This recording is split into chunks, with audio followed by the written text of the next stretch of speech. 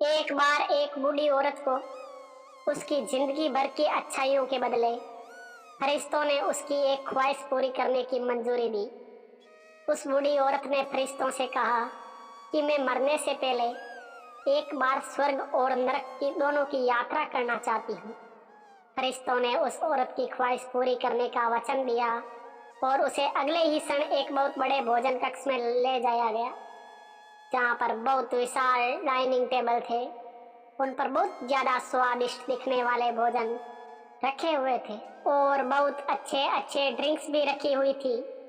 मगर उस टेबल के चारों तरफ बैठे लोग बहुत ज्यादा मायूस, भूखे और दुखी लग रहे थे। उस औरत ने देखा कि उन सभी लोगों के हाथों पर कोहनी तक लंबी लंबी चम्मच बंधी हुई है।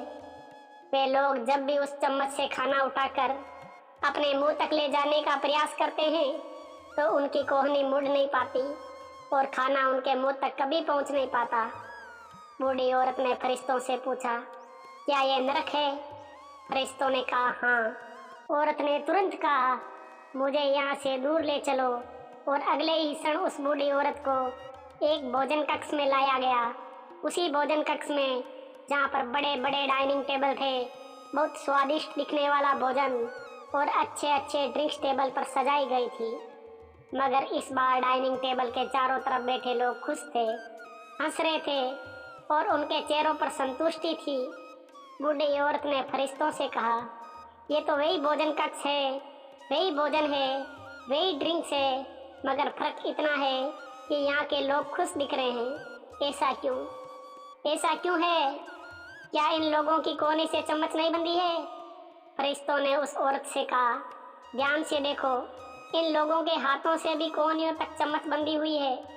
फर्क सिर्फ इतना है कि इन लोगों ने एक दूसरे को खाना खिलाना सीख लिया है। दोस्तों, इस छोटी कहानी की तरह ही हम चाहें तो हमारे जीवन में इसी पृथ्वी पर ही स्वर्ग या नरक दोनों का अनुभव कर सकते हैं। अगर हमें स्वर्ग का अनुभव करना है तो हमें पहले दूसरों के बारे में सोचना होगा, दूसरों को खिलाना होगा, दूसरों की मदद करनी होगी। चॉइस हमारी है। हम चाहे तो हमारी ज़िंदगी को स्वर्ग जैसा या नरक जैसा बना सकते हैं। कहानी अच्छी लगे तो लाइक कीजिए। इस कहानी को शेयर करके आप हमें सपोर्ट भी कर सकते हैं।